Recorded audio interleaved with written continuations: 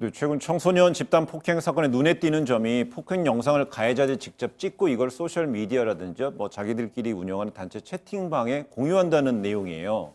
네, 그렇습니다. 예. 지금 요 며칠 사이에 그 발생한 사건의 공통점이 SNS 상에 올리면서 예. 무엇인가 인정을 받으려고 하는 왜곡된 심리가 터잡고 있다고 할 수가 있습니다. 즉 혼자서 하기보다는 이것을 사이버 공간의 알림으로써 인정을 받고 또 한편에서 봐서는 이 정도는 우리는 충분히 할 수 있는 그와 같은 과감한 집단이다. 네. 뭐 이런 것이 사실은 이제 깔려 있는 것이 아닌가 생각이 됩니다. 예. 또 한편으로 봐서는 이 자체가 하나의 흥미로운 놀이 프로젝트처럼 여겨질 가능성이 큰 것 같습니다. 즉 바꿔 얘기하면 이것이 엄청난 범죄고 피해자의 아픔을 생각하기보다는 찍고 그다음에 즐기고 또 인정받는 마치 그 놀이 프로젝트처럼 생각하는 것도 이런 범죄를 부추기는 요인이 아닌가 생각됩니다. 예. 이게 관련해서요. 그 심리 전문가한테 이런 어떤 배경, 심리의 배경이 뭔지 한번 들어봤습니다.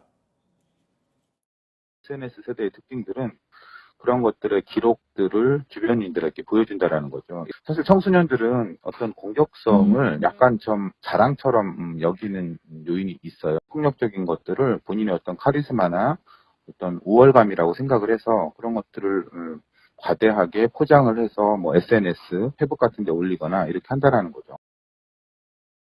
네, 최근 10대 청소년 사이에서 단순 신체 폭행이 아닌 정서적 폭력 사건이 점차 늘어나는 추세도 이 비슷한 그 맥락으로 볼 수 있을 것 같아요. 근데 지금 이제 이 전문가의 의견은 어떤 다양하게 폭력의 목적이 좀 새롭게 주목해 볼 만한 지점이 있는 것 같습니다. 이게 정말 성인과 다르다라고 볼 수 있는 부분이 성인들은 주로 증거가 남는 것에 대해서 굉장한 거부감을 가지고 있습니다. 그런데 10대의 경우 이것을 찍어서 협박을 하기 위한 용도로 증거를 남긴다는 점이 가장 큰 차이인데요. 예.